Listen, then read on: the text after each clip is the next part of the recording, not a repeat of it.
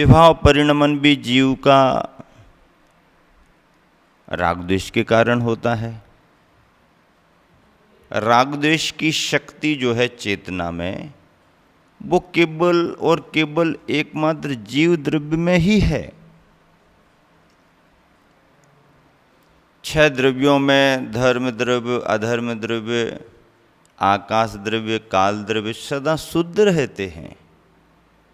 इनका अशुद्ध परिणमन कभी होता ही नहीं है। ये त्रिकाली शुद्ध हैं। जीव और पुद्गल का परिणमन शुद्ध रूप में भी होता है और अशुद्ध रूप में भी होता है। पुद्गल में ये स्थिति बनती है कि स्निग्ध और रुक्षत्व गुणों के कारण पुद्गल के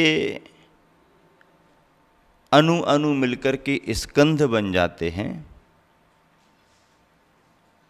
और स्कंद बिखर बिखर करके अनुरूप हो जाते हैं। जब पुद्गल का द्रव्य अनुरूप में होता है तो शुद्ध माना जाता है, और जब वही अणु परिणमन करते हुए स्कंद का रूप ले लेते हैं तो वो अशुद्ध अवस्था में आ जाते हैं। स्कंध रूप परिणमन पुद्गल का अशुद्ध विभाव परिणमन है और अणुरूप परिणमन पुद्गल का शुद्ध स्वभाव रूप परिणमन है। पर पुद्गल के साथ एक मजे की बात है कि पुद्गल अणु और स्कंद, अणु और स्कंद, अणु और स्कंद, अणु और स्कंद अनेकों बार करता रहता है। सहज उसकी प्रक्रिया है।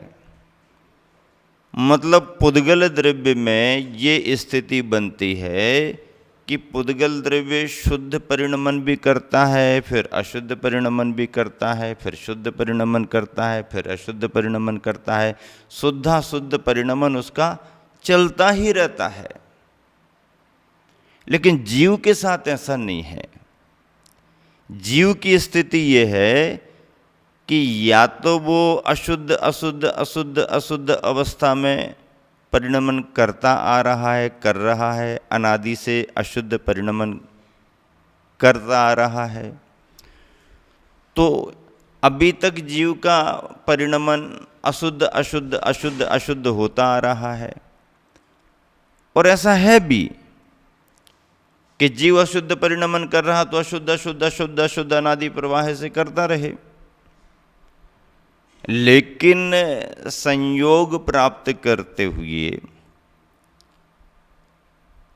अपनी उपादान शक्तियों से यदि जीव एक बार शुद्ध परिणमन कर ले, एक बार भी शुद्ध परिणमन कर ले, तो फिर वह जीव लौटकर पुनः अशुद्ध परिणमन कभी नहीं करेगा। यानी ये बात स्पष्ट हुई कि जीव एक बार शुद्ध हो गया तो फिर वह सदा शुद्ध रूप में ही रहेगा। अशुद्ध उसका परिणमन फिर कभी होगा ही नहीं। बहुत बड़ी बात है, समझने की बात है। इसका मतलब ये है कि जीव का जो परिणमन चला आ रहा है वह अभी तक संसार में 4 गतियों में अशुद्ध अशुद्ध अशुद्ध अशुद्ध रूप ही द्रव्य का परिणमन चल रहा है।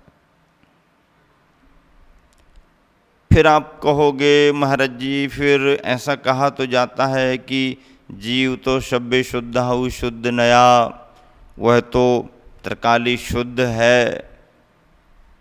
अरे भाई, ये जो कहा है कि सब्बे शुद्धाहु शुद्ध नया, ये तो उसकी शक्ति और योग्यता के रूप में कहा गया है। जीव की ऐसी शक्ति है, अर्थात जीव के अंदर ऐसी योग्यता है कि वह अपने स्वभाव से तो शुद्ध है ही।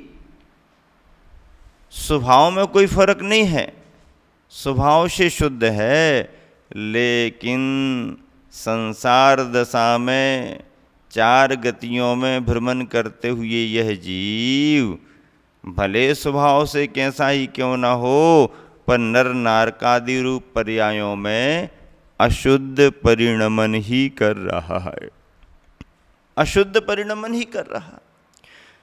पर्याय अशुद्ध निकले इसका मतलब क्या है?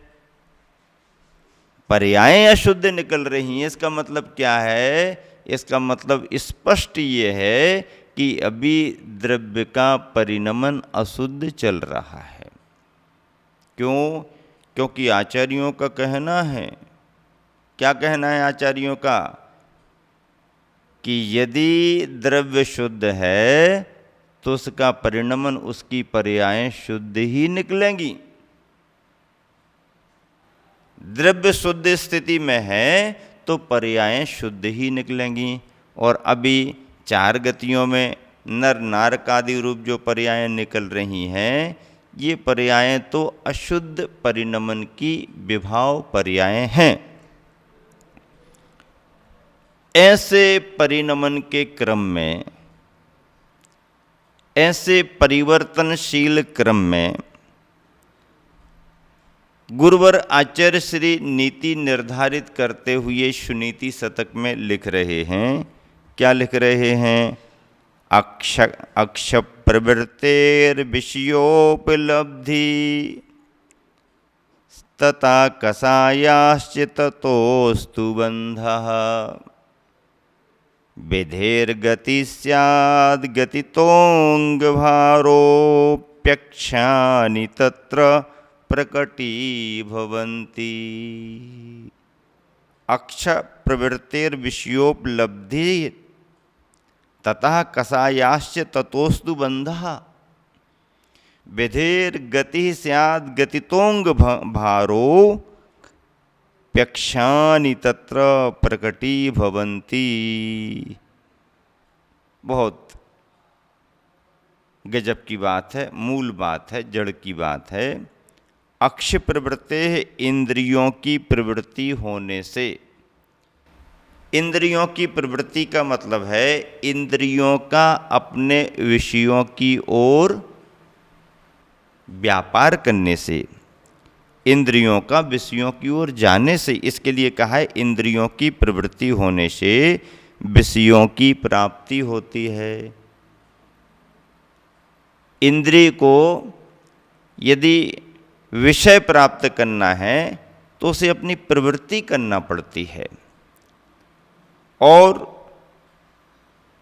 इंद्रियों की विषयों की ओर उस प्रवृत्ति के होने से उससे क्या होता है? कषायाः, क्रोधादि कषायें उत्पन्न होती हैं। विषय तो संसार में भरे पड़े हैं, पंचेंद्रिय के विषयों से हमारे को कोई हानि नहीं है। हम ऐसा चाहें कि कोई अवस्था ऐसी बने संसार में कि हमारे आसपास हमारे से जुड़े हुए इंद्रिय विषय ना हो, तो ऐसा चलेगा नहीं। इंद्रियों के विषय तो संसार में भरे पड़े हैं। स्पर्शन के रूप में इंद्रिय के विषय ठंडा, गरम, कड़ा, नरम, रूखा, चिकना, हल्का, भारी, ये तो रोज रोज परिचय हो रहा है। सर्दियों के दिनों में गरम गरम गरम गरम गरम गरम लगता रहे तो अच्छा लगता है। गर्मियों के दिनों में अरे भैया बड़ी गर्मी पड़ रही है, तपा चल रहे। कल कह रहे थे लोग, महाराज जी तपा चल रहे हैं, अभी बिहार मत करो। क्या कह रहे थे लोग? थांदला वाले क्या कह रहे थे? महाराज जी अभी तो तपा चल रहे हैं, बिहार मत करो। हमने कहा तपा अपनी जगह चल रहे हैं और तपे तपाए पैर अपनी जगह चल रहे हैं। तो फिर अभी इतने तपों में विहार करने की जरूरत क्या? भैया जितना समय है उसका उपयोग करो। तो फिर यहीं पर आप रहो ना, समय दे तो दिया जितना देना था, और रहो, अब दूसरी जगह भी तो थोड़ा समय दे दो। नहीं नहीं, हम लोगों की बहुत भावना है, आप और रुको। अरे भैया, किसान बड़ी बुद्धिमानी से काम करता है। एक खेत में यदि ऐसा लगता है कि पानी की पूर्ति बराबर हो गई, तो फिर किसान क्या करता है? पानी की पूर्ति हो गई तो फिर और पानी डालता रहता, क्या बहाता रहता क्या? नहीं, फिर क्या करता है? उस खेत की पाइप लाइनों को दूसरे वाले खेत में डाल देता है। इससे क्या होता है? इससे फिर जिस खेत में पानी नहीं है उस खेत को पानी जाने लगता है। फिर उस खेत में पानी पर्याप्त हो जाएगा, पाइपलाइन और दूसरे खेत में डाल देगा। तो ऐसा ही तो महाराज जी भी करते हैं। महाराज जी कोई नया काम थोड़ी करते हैं। समाज के आवश्यक कार्यक्रम हो गए, प्रभावना हो गई, बस देखो ग्रीष्मकालीन शिविर लग गया, सभी लोगों ने बढ़ चढ़ करके भाग ले लिया, अच्छे रिजल्ट आ गए, सबको पुरस्कार मिल गए, आबाल वृद्ध खुश हो गए, प्रभावना हो गई और मूर्तियां भी विराजमान हो गई वेदिका पर। अब और क्या काम? नहीं महाराज जी आगे आगे आगे और चाहिए। तो भैया पड़ोसियों का भी तो ध्यान रखना पड़ता है, दूसरे गांव का भी तो ध्यान रखना पड़ता। तो फिर इतनी गर्मी में, अरे तो गर्मी में थोड़ी चल रहे हैं, शाम को थोड़ा चल लेते हैं, सवेरे सवेरे थोड़ा चल लेते हैं। सवेरे 7:30 के पहले 1.5 घंटा चल लिया, हो गया विहार। शाम को 6 बजे से 7:15-7 बजे तक हो गया विहार, खत्म काम। अब इतना तो सब करना ही पड़ता है। तो इंद्रियों की अपेक्षाएं क्या रहती हैं? गर्मी में ठंडा ठंडा लगे तो अच्छा है, सर्दियों में गरम गरम मिले तो अच्छा है। अरे भैया तुमने ये पाटा लगा दिया, कड़क है बहुत, सॉफ्ट जरा कुछ करना चाहिए ना। ये स्वयं बार बार कहता रहता है, महाराज जी थोड़ा सा अच्छी चटाई बिछा दो, थोड़ा सा अच्छा सा ये कर दो, वो कर दो। अरे भैया कितना नरम नरम करोगे? कड़क कड़क पाटा होना, कड़क कड़क पाटा होना तो अपने आप फिर उसमें सब हो जाता है। डॉक्टर भी कहते हैं नरम नरम गद्दों पर ज्यादा सोने से शरीर की स्थिति बिगड़ने लगती है, और फिर स्थिति सुधारना हो तो डॉक्टर भी कड़क कड़क तख्त पर सीधा लेट जाओ, बॉडी सीधी होना चाहिए।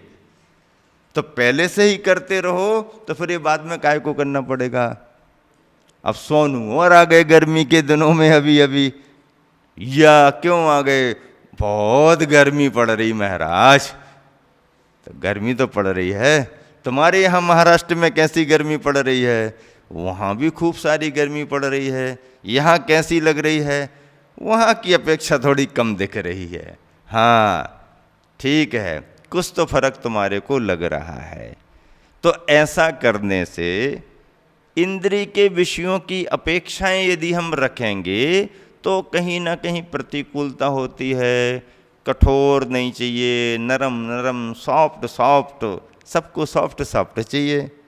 अच्छा, हल्का भारी, वजन में इतना वजन कौन उठाएगा? हल्का होना, भारी नहीं होना। एक व्यक्ति दुकान में गया, उसको जूते खरीदने थे। तो उसने दुकानदार से कहा, भाई साहब जूते दिखाओ, मुझे जूते खरीदना है, नए जूते पहनना है। कैसे दिखाएं?